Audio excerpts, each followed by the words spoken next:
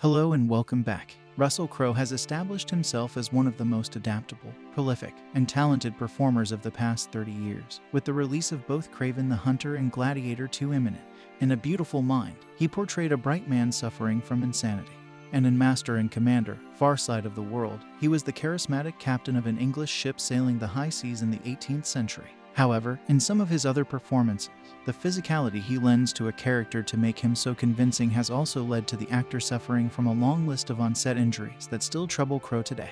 The 59-year-old Australian native is no longer a young guy and has undergone a number of operations and at least half a dozen traumas to his body while working on some of his best films, including Gladiator, Cinderella Guy, and the underappreciated Dreamedy mystery, Alaska. Cut the actor some leeway and look at this laundry list of illnesses that he has endured solely to entertain us if you've observed that he may not be using the Stairmaster as frequently as he previously did.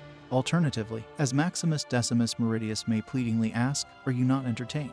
We are Russell, of course, but maybe it's time to leave some of the more physically demanding aspects of the work to the stunt actors and the upcoming generation of actors. Look at these workplace accidents. The injuries Russell Crowe has sustained look more like a retired Australian rules football player's medical record than a distinguished thespian. But he probably isn't moaning much about them given his talent and good fortune to have had a long and successful career in Hollywood. It all began with the 1999 hockey film Mystery in Alaska, where some of the most severe injuries were sustained during the filming of the story about a local hockey team that overcomes insurmountable odds. Crowe said he permanently damaged both of his lower limbs while filming Mystery, Alaska, adding, I was wearing ice skates for 12 to 14 hours a day, and my feet just didn't grow up that way. The 2 grade 4 tears in both of his Achilles heels from the intensely muscular role in his Oscar-winning performance in Gladiator the following year only made them worse. But it also connects to the first era of Gladiator, when the costume designer decreed that no one was permitted to wear heels in their shoes since she could find no indication of shoes in the images she had from the era. Crowe bemoans the fact that, by the turn of the century, he was already having difficulty. Yes, those 2 things are the beginning of the issue, but by the time I'm doing Cinderella Man, it has definitely progressed to grade 4. Therefore, acting roles in boxing movies are frequently quite difficult and physically demanding.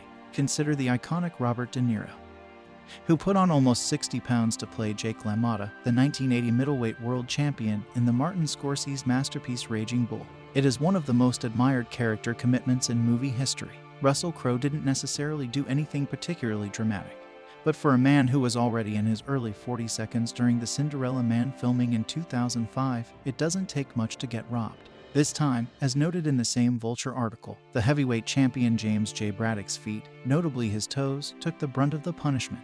According to Crowe, the lateral movement you perform in battle sequences is actually all about the cartilage in the toes, and sometimes you have to stop abruptly because if you don't, either you stop or you die. You suffer some sort of collision.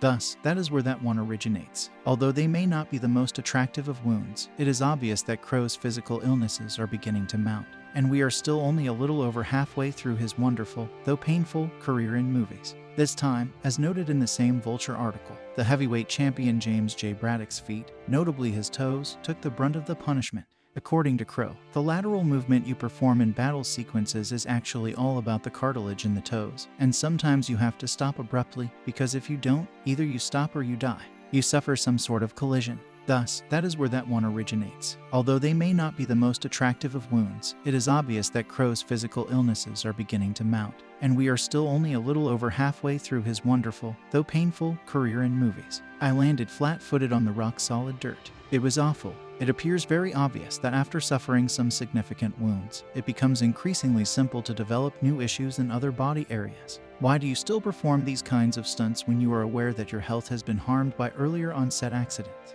Isn't that the very purpose of stunt doubles? Except for Tom Cruise, who is a constant sufferer of Peter Pan syndrome. These A-list lunch tickets ought to be wrapped in multiple layers of bubble wrap, right?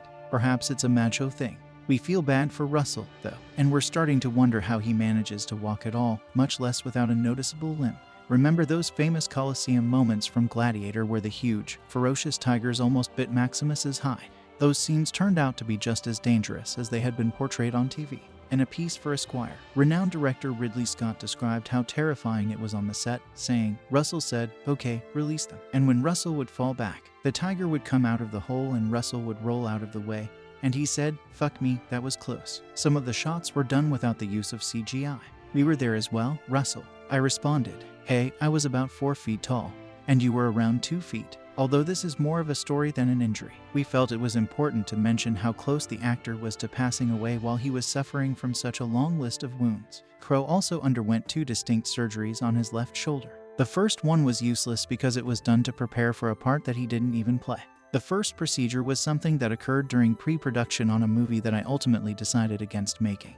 But that was truly the straw that broke the camel's back, according to Crowe. I was doing something where I was lifting a girl up doing some gymnastics stuff, and I was listening to the trainer talking, and I had my hands up where she was supposed to put her feet, but I wasn't ready, and she stepped on both of my arms at the same time and pulled and just tore the labrum tissue. It sounds like he was intended to portray Bella Caroli, the infamous gymnastics coach. The latter surgery was related to a movie we've already seen. The second time I injured it was in pre-production on Cinderella Man. When I was in the middle of an actual boxing fight and this Canadian former Olympic-level boxer took my elbow out, which subluxated my shoulder and aggravated an already there problem.